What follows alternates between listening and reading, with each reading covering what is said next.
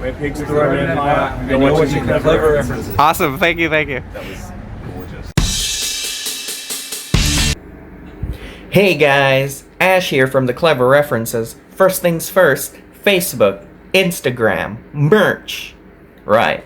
So welcome to another episode of MusoChatter. This episode is going to be one with the boys from the Pigs of the Roman Empire. I met them when they were playing a show supporting the Dirty F with the Velvet Cobras. I actually met them at that same show, the Velvet Cobras. We did the Velvet Cobras interview. They play this very intense sort of post-punk. I'll let you be the judge of it later. But without further ado, these are the boys from Pigs of the Roman Empire. Enjoy. Okay, so we're here with the Clever References. That's me. We're here with Pigs of the Roman Empire. First things first, introduce yourself. My name's Troy. I play guitar. And sing. And sing. Well, that's arguable. John, play drums. Hey. I'm Charles, I play bass. Right. And I'm Jared, and I play the second guitar. Yeah, cool. And synth too, right? Synth, sometimes, yes. Questionable. Yeah. Questionable. So, tell me how you first got together, at least this lineup. Jared and I have been playing guitar. Jared and I have been playing in a band for, I want to say 3 years? 3 years. Let's settle, let's go 2.5. Yeah. Meet in the middle. And we started off playing some fairly heavy music as per, I guess, our influences and what we grew up listening to. And that was going really well, but we felt like we hit something of a pivot point and we changed our direction sort of quite dramatically, and as a result we shared a lot of our old songs, shared a lot of our old sort of mentality, songwriting sort of Evolved. we all but changed band with exception of the name. We kept the name, so So it was always Pigs of the Roman Empire. it was always Pigs of the Roman Empire, Right. but almost two separate bands. So to what we were doing then as opposed to what we were doing Right, now. right. So Charles we've played with in previous gigs with Diodon. You want to explain what Diodon do? So my Diodon's my own little project Okay. where I'm the lead singer and guitarist of that. And then we played with Pigs of the Roman Empire a few times, got to know them, and Right. kind of went from there. So how did the drummer came into play? Yes, same. John's an incredible drummer. Played previously with Sec Dave. Yeah. Oh, it's just an instrumental band that played in for a while and Right. got together now. So Your sound is it's a Melvin's reference, isn't it? Pigs of the Roman Empire. Yes. Yeah. So, short version. So Pigs of the Roman Empire was Melvin's sort of an album that he did with Lust Maud as a contributor. I ended up looking into the name and sort of the reference of it, sort of going back. It's an historical reference. So when the Romans were fighting the Carthaginians, they would coat the back of these pigs with an accelerant and light them on fire and send them into the Carthaginian lines. And which is horribly cruel, but it would disrupt all the war elephants that the Carthaginians were using, and they would turn around and trample their own soldiers. So it's almost kind of this dichotomy between like genius and cruelty. Yeah. It's like a really interesting kind of contrast between the two. Yeah. So it was, I think, We also like the Melvins. yeah. We also So between that, the historical reference, which is quite interesting to it, the name just stuck. It stuck around, and Right. So for more than a few days. So I think it's what we went with. So, can you speak to your influences? Guitar-wise, I think Robert Smith and Johnny Marr I find myself playing a lot like now. Yeah. Whereas going back, I learned, I grew up playing punk rock, so like Greg Ginn of Black Flag. Right. I grew up with a lot of heavy music, Tiny Iommi especially, Yeah. even as far as to like the sort of desert rock and stoner rock of like Kais and Queens and Stone, Right. Josh Homme. But so I think I go through different trends where I start to really my influences start to shine through depending on the style of music that I'm playing. So whilst it was heavier music and like a different artist with their influence would show in my playing, now it's very different. So Yeah. that answers your question. What about your influences? My influences are quite varied. A lot of the similar stuff in the heavy is sort of desert rock and a bit of metal and stuff like that, but also a lot of older blues stuff as well, and the blues revival stuff. So like, White Stripes, Black Keys, all that sort of stuff. So when we got together, Troy and I, it was just easy to start with the stoner rock and the desert rock because it was a joint influence, and everything else has just sort of crept in from there. So Right. one day we might sound like Caius, and then the next day we want to sound like the Smiths. Yeah. So I noticed that you have a kind of sort of varied kind of sort of mode of song. I noticed that you have one instrumental in there. I didn't know what the name was. Are they all new songs or? The newish in the style of what we're doing at the moment. So that instrumental was The Space Between All Things. I think we like that just well enough, writing it without lyrics, that it's stuck as an instrumental. Yeah. I feel like the song kind of speaks enough for itself and starts to evolve enough that it doesn't need so much sort of lyrics or any kind of vocals to push it along. Yeah. So in terms of the songwriting process, this is quite different a project for me as what of anything I've done in the past. Going out with the intention to be able to write, I guess going out with the game plan to write songs and to try and achieve a type of song or a sort of, or even a kind of more structured songwriting than what I've done in the past, because I find that if you don't have that sort of game plan with your songwriting, you may end up just repeating one of the three like same songs over and over again in different formats. Yeah. And that can become, it's very easy, but it can be quite boring as well. So by Right. setting the challenge of writing with a game plan or writing Right. with a narrative even can kind of push you into different areas that you may have not otherwise have gone. So how much of the Pigs of the Roman Empire songs are fully formed before you present them to the rest of the band? I think it changes per song. Some have really kind of come together under a band's supervision, Yeah. through jamming, and those songs tend to kind of swing a little bit more, whereas the songs that do come to the band having already been, at least like a structure already been sort of put together or a vibe, tend to be the songs that have a lot of sort of open space, a lot of breathing space in them, and those seem sort of quite apparent as well. So there's no hard and fast rules as to how we come across a song. I think it's just whichever song sounds best to us at the time and serving the song in the right way. We've worked recently as well on trying to sort of mash up styles as well, where in the early days it would be Troy would write a song or I would write a song. We're now sort of writing parts for each other. Right. And if we can't come up with a whole song each, maybe writing half a song each and smashing it together. Like two to dolls make it making work. them like kiss right at the center. So it seems to me like the two guitarists kind of sort of bring the main kind of sort of initial creative input, but I would like to ask the rhythm section, like how do you interpret that initial kind of sort of, let's say Troy and Jared, yeah. Let's say Troy and Jared like gives you like this is what we have as an idea of a song. How do you guys, as the rhythm section, interpret that? Is it through instruction, or do you put something of yourself in the song also? Yeah, currently we're sort of running songs that have been around longer than we've been in here, so so I'm following Jared's parts because Jared played drums before me, so Right. so that's pretty much it. Yeah, just playing the parts as they are. Right. A little bit of embellishment.